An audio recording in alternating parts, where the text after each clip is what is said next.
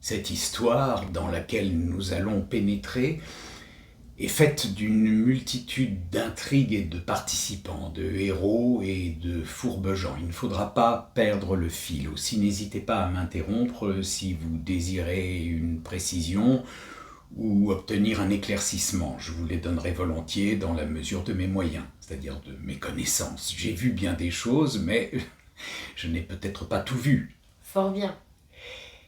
Revenons, si vous le voulez, au contexte du moment. Brossons le décor avant de faire entrer nos acteurs, nos figurants, nos héros et même nos auteurs, car auteurs il y aura, sur le théâtre des événements au devant de la scène. Ah, comme j'aime le théâtre, monsieur D'Artagnan.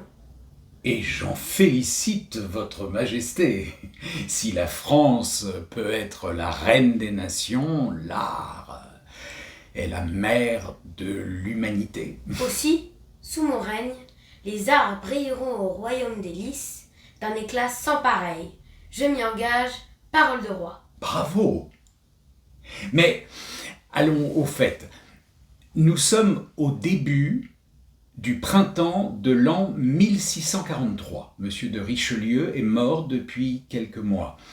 La grande noblesse de France, qu'il a su mettre au pas, redresse l'échine. Madame la reine, votre mère, me fait convoquer, un beau matin du mois d'avril. Ma mère? Oui, votre majesté, je lui avais rendu quelques services par le passé. Quel genre de service? Mais des services servant la France. Votre Majesté, ne nous égarons pas, cela est une autre histoire. Revenons à la nôtre, si vous le voulez bien.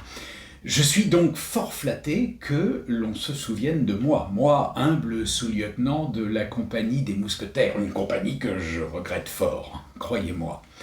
Je trouve la reine fort pâle.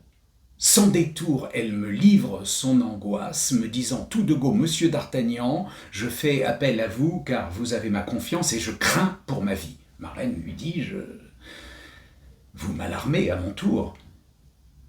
Je reçois des lettres non signées, m'explique-t-elle. On me parle par sous-entendu, par allusion, mes anciens amis n'aiment guère me voir soutenir l'autorité de Monsieur de Mazarin. Votre Majesté, parlons franc. Madame, votre mère, n'aimait guère le cardinal de Richelieu, homme sévère. Cette antipathie la fit peut-être se rapprocher des adversaires de son éminence. Diable, la reine est d'origine espagnole. Il lui fallut mieux connaître la France pour l'aimer comme sa nouvelle patrie. Le temps et les épreuves l'y ont aidé. Je comprends. Fort bien. Monsieur de Mazarin étant peut-être plus gracieux de nature, la reine eut sans doute du plaisir à l'écouter et à se laisser convaincre par le bien fondé de sa politique.